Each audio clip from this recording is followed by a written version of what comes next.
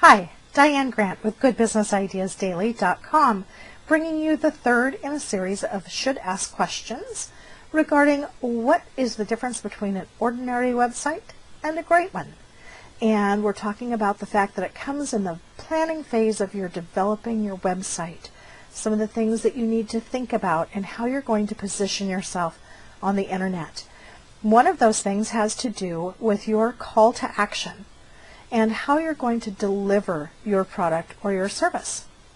So first we'll deal with your call to action, and what I mean by that is, what are you going to direct? You need to lead your customer in the method that you're using, lead your customer to the action you want them to take. Do you want them to download an ebook? Do you want them to come into your store? What are you after? Are you after selling them one particular product? So depending on where you're at in your business will depend on what your call to action is going to be. One of the things I like to see when I visit a website is I want people to ask me for the business. Because like it or not, years ago they taught you to ask for the business. People that don't ask for the business don't get it. The same is true on the internet. If you don't have a call to action or a plan in place or tell your customer what you want them to do, then why would they? So make sure that if you're using an ebook, that perhaps you're gathering their name and their email address so that you can send them an ebook, and then you'll have them have their name and email address so that in the future you could offer them something else that's special. If you want them to come into your place of business, in your brick and mortar business, and perhaps they're coming in for a particular special that week, are you going to offer them something free for coming in? How are you going to know whether they've come in or not, whether your advertising is actually testable, whether it's trackable? So offer something free or offer something special when they come in and tell you that they saw the special on your website.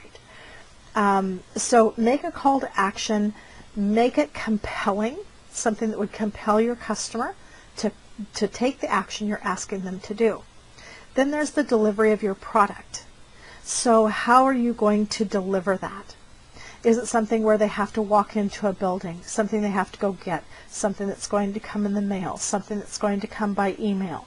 When you look at your delivery of your product, make sure that your delivery is absolutely seamless, that it's not just a trial or something that you're testing right then.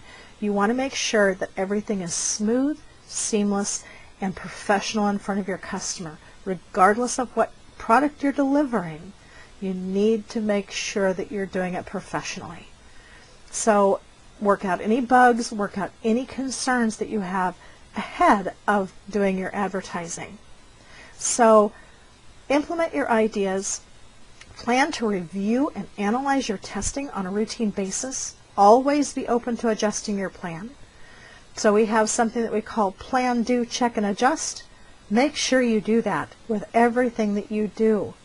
So one of the best pieces of advice that I could give you right now when you're developing your website is buy some copywriting books.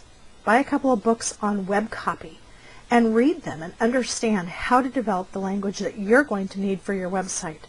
But that's a subject for a different day. Thank you for joining me with this series, and we'll be back with a fresh new series next week.